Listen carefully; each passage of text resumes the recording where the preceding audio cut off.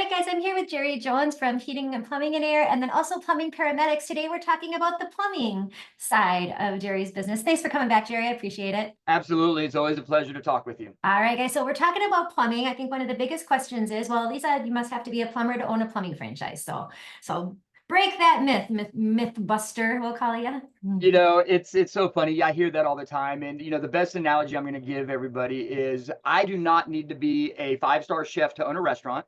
And I certainly don't need to be a doctor to own an urgent care. I need to hire those individuals.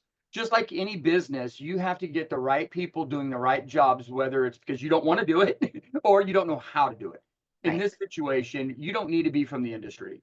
Plumbing Right. is fairly simple-ish. You definitely don't need to be from the industries. And I want to be specific. Franchising, you don't have to be from the industry of what you buy. I don't have to be a dog groomer again to know to own a dog grooming business. So hopefully that'll bust that myth, and we will certainly discuss a little bit more in this on different things that we do. Absolutely. We'll talk a little bit about what you do. I mean, we know it's a 24/7 service. We can see that on the side of your van. You're not doing new installations, right? You're not going into a house and plumbing 7 bathrooms, that type of thing. That is 100% correct. So 90% of what we do is going to be residential, multi-dwelling, light commercial. When I say light commercial, hair salons, doctor offices, real estate offices, restaurants. What we're not diving a lot into is we're not doing commercial plumbing. We're not doing new plumbing. You're right. We're not going to go and do a housing project where they're just looking for someone to run a bunch of pipe and all they need is the labor because they're buying the material and the general contractor's making money off that new construction. And so we are dealing with existing water systems is the best way to say it. We service where the city stops. If it's a commercial business, it generally stops at the address of the front door of the business, right? That's what we're dealing with. And the three biggest services we're dealing with, folks, is water heaters, filtration, and drain issues, right? If you bring a plumber that has backgrounds in septics and sump pumps and those things, you can certainly add that. You can certainly have new construction projects if that's what you want to do, year 3 or 4, right? Add that later. If you try to do a big commercial project in the early months of onboarding, it's just going to tear you up in labor and material, and it's going to eat your lunch. And we really focus. I like to say the same day work, same day pay is what we're That looking was my question. I was thinking, and I hope that this is a decent question, but so are we sitting around waiting for the phone to ring in this business? I mean, you're saying like, okay, we're going to do those emergency services, or we're going to do, hey, I don't have any hot water, or whatever the plumbing question is. My toilet's dripping from upstairs. There's a million, I'm sure. But talk to me about that. Like, so that business is starting out. Obviously, you're not going to be busy 24/7 day one, but like, how does the plumbing industry work? Are you sitting around a long time waiting for an emergency, or is that a pretty consistent type of business? That is a phenomenal question, Lisa. The biggest misconception is because we all see 84% of the businesses we see are retail, right?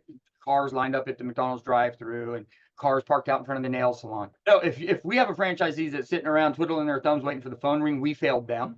Our Okay. marketing, it's all about day one marketing, right? We're going to do things online to generate attraction. They're going to do things on social media sites with our assistants that is going to attract information. We have things on their website that's going to prompt them to click now. But mainly what we're doing is we're going to give a proactive special. Let's say it's a drain inspection. When was the last time you had all your drains inspected?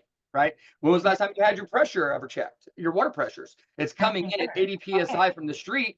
You turn your faucet on, you should be at 60, right? Or and if you're not at 60, there's a clog somewhere. So there's a lot of different things that we do to get the homeowners, the business owners to proactively call us because they've never thought of that, right? It's kind of Okay. like the billboard you see that says oil change $29.99. When you get there, you're not paying $29.99. It's going to be $79, whatever it may be.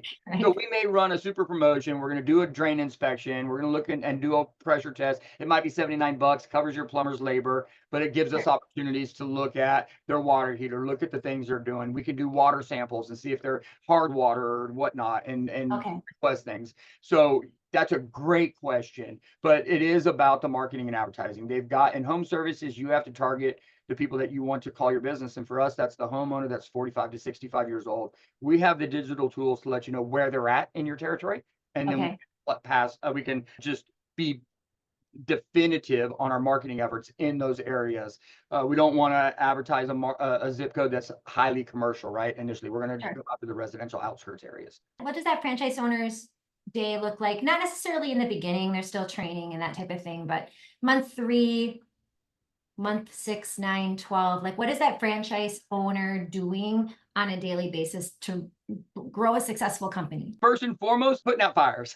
Okay, got Whether it. that's internally with employees that called in sick, whatever that may be. The phone, you could have just had a major first freeze of the year and pipes are breaking left and right, or there's leaks and people are calling, there's water running down my stairs, whatever it may be. Those Okay, are generally any business's firsts. all right.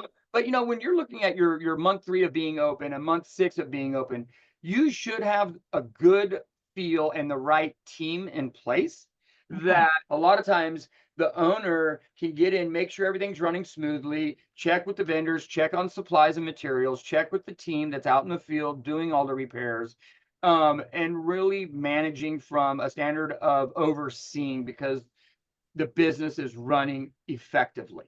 Nice. Talk about And so employees on that part then, Jerry. Talk about the employees there. What are they doing? 3 to begin. So we do 3 main categories when it comes to the plumbing side. It's your customer service representative, who's answering the phone and scheduling those appointments. That's the whole key. When a phone call comes in, the objective is to schedule a technician to go to that address. If Okay. we don't get a technician at that address, you can't make any money. So now the second employee is a technician. Your technicians do not need to be licensed. I want to Interesting. repeat that. It's great if you do have one that's licensed, but understand that our plumbers need to have a skill set and a background that they can repair and replace a water heater. They can install and maintain a filtration system. They know how to replace a toilet. And most importantly, can they cut some sheetrock out, locate where a leaky pipe is, and be able to make that repair, whether it's PVC, cast iron, or copper. So Okay. these are the things that your technician needs to know. Most of them have years of experience, but they never thought to go work for themselves, so they never thought to get licensed. And then finally, somebody that's going to hold the business together, whether that's the owner, the franchisee, and or a general manager if they want to be semi-absent or absent in the business. Then they're going to really rely on an office manager / general manager that can communicate and with those 3 categories. So it's office, it's managing the phones, and then sending somebody out to do the repair. The great thing about plumbing paramedics is if I go and do a water heater repair and I get to the address and the water heater is beyond repair, I'm pricing with the homeowner options of the replacement. They're going to say, yes, I'm going to order it. I'm going to go pick it up or I'm going to schedule the install the next day. So the plumber is the maintenance person. He's the fix-it person and he's the install person. Okay. That's the great thing. And so those are the 3 main things. So it's going to be the franchisee and 2 employees to start. Okay. How are you going to help me find my plumber, sir? That is a great question. So we have one unique thing with paramedics brands that is unique to a lot of our competition is we have a gentleman that was in the trades for 7 years as a plumbing and an HVAC technician. And his last 7 years, he's been teaching plumbing and HVAC at a community college in North Carolina. We brought him on as a full-time employee. His name is Marcus Spriggs. Not only do we have him that is going to be able to work with the franchisee to be able to go and get the best recruits possible, but we also have 2 third-party vendors that for a fee up front will go and recruit skilled licensed plumbers and bring them to the franchisee for them to interview and hire. And so there's a great opportunity along with Career Plug. There's other avenues that we're going to coach them on as far as recruiting. And that it's really funny because recruiting and marketing are probably the first topics we discuss within the first week of them signing a franchise agreement. That's how important it is. I'm sure that's and there's an old saying, yeah, you should always be hiring. You should have hiring you should be taking resumes and applications every day, when you're in a people business. Talk about a little bit about the investment. So item 7, as most of the people watching this probably know, because they've worked with me, is, that's your initial investment. That's where all the numbers are to get you into business. So talk a little bit about what the swing is, where the swing comes from, and then if there's any big fees in there or things to think about. I think that's always important to have people know, hey, I have to buy a van. That's where that money is, or I can lease that van to save a little upfront. Talk a little bit about that. Great question. So the first part of it is, what does the item 7 say? 130 to 230,000. Why the $100,000 range? If you come to me and say, hey, my brother is a plumber who's licensed and has a service van and has the tools and has all that, you're on the low end of the spectrum. Okay. Right. If you're coming in and say, I don't know nothing, I could barely flush my toilet. That's how illiterate I am. And this is something I want to get into because everybody has to have water. You might be on that higher end. The other reason for the gap is the South and the Midwest are always going to be a lower investment than the West Coast and the East Coast. just from taxes and labor and expenses. It's always that way. And then finally, your three biggest categories of investment: marketing, marketing, marketing. I say it three times. That's how important it is. You Okay. shortcut your marketing, you're shortcutting the calls coming in, shortcutting the jobs you're going to do. And then, like you said, it's the service vehicle. Great thing about the service vehicle is you can buy pre-owned. Okay, so you just need a city express van is the best way. Everybody knows what a city van looks like, an express van. So imagine Sure. that with shelves inside that has your basic plumbing components, some pipe and the things like that. If you know you're doing a drain inspection job, the machine's fairly big, nothing too crazy, but you'll have that in the vehicle so you can do drain inspections, especially if there's a leak somewhere. You want to be able to run that camera through and find out exactly where that leak is so you know where to access the pipe inside the home. You don't want to just start ripping sheetrock off wherever. The materials are fairly reasonable, but the van is a cost. So, there you have that expense. We want you to have 3 months marketing set aside, and we want you to have 3 months payroll set aside. And that could be including the franchisee. If they need to pay themselves, they need to accommodate for that. So Okay. that goes into, and it breaks it all down in the item 7. And lastly, we allow our franchisees year 1 to work remote, work from home. They don't Okay. have to have a brick and mortar initially. The sooner they Okay. get one, the better. But Right. initially, if you got your plumber's going to be taking the vehicle home every day. They're going to answer the after hours calls, and then a customer service representative with a tablet can call from their home. So Okay. you don't necessarily need that brick and mortar, which is a way to save some overhead expense as well. So that's a great option. Okay. That's awesome. And I know these brands are newer, and we'll know item 19. Now it's a plumbing business, so we have to assume you make your money fixing people's water, and plumbers generally make money. But talk a little bit about the industry standard around plumbing. How can candidates feel comfortable with amount generated? Do they do it by van? Do they do it by job? Like, what are you able to talk about? Great way to address that from the industry is if they're working on existing water systems. So we're not doing the new construction, we're not doing underground plumbing, we're not doing sewer systems and things like that, which are very large overhead jobs. But if they're working the residential, light commercial market like they're supposed to, an average plumber in a truck is going to generate between 300,000 to 400,000 in annual revenue. Most expensive items that we have are water heaters and filtration system. There's not a franchise out there, Mr. Reuter or Benjamin Franklin, that is going to be, Blue Frog Plumbing, whatever. That's going to be saying, oh, well, I'm at 800,000 for a technician. That's Okay. just not the case. If you're comparing apples to apples, that means the residential service, not new construction, not those big projects. That's what their average is. And the reason the range, again, it really goes down to, hey, is the technician doing everything he can to generate revenue for the business by offering those maintenance agreements so that the plumber comes back once a year to do the drain inspection, to do the pressure testing, to make sure that everything looks good and maintaining what you need to do. That's where you have multiple opportunities in generating that long-term revenue. To talk about the challenges in this business. Like, I think the pushback I'm probably going to hear, and I have heard, is that, well, wow, Lisa, does the world really need another plumber? Does our business in Appleton, Wisconsin, do we need another plumber? There's a lot of plumbers here. So talk about that. How do we answer that question for me, the layperson, non-plumber background? That's a great question, and I get asked all the time. And the real answer is, do I need 100 places to buy a car? Okay. No, but there probably is 100 places here in Waco, Texas that I could go buy a car from. Okay. And I will tell you, I haven't seen one close their doors yet. So it's not about what and how many people are offering services. It's how many do people know of? So if you take 100 plumbing people in any given market, I would tell you that less than 10% are the ones that you see advertising for, that have a vehicle rep that you can recognize just from their vehicle that they're a plumbing company. So that means all the other ones are self-employed plumbers that aren't branded. They don't have any marketing out there. Nobody really knows about them unless it's word of mouth. We're competing against the big branded companies. That's it. That's who we're competing against. So, there may be 100 options for plumbers in any given market, but there's only really 6 to 10 that we're going to go out there and compete with. And of those big branded companies, probably half of them are doing the new industrial, the big heavy projects. They're really ignoring the residential space.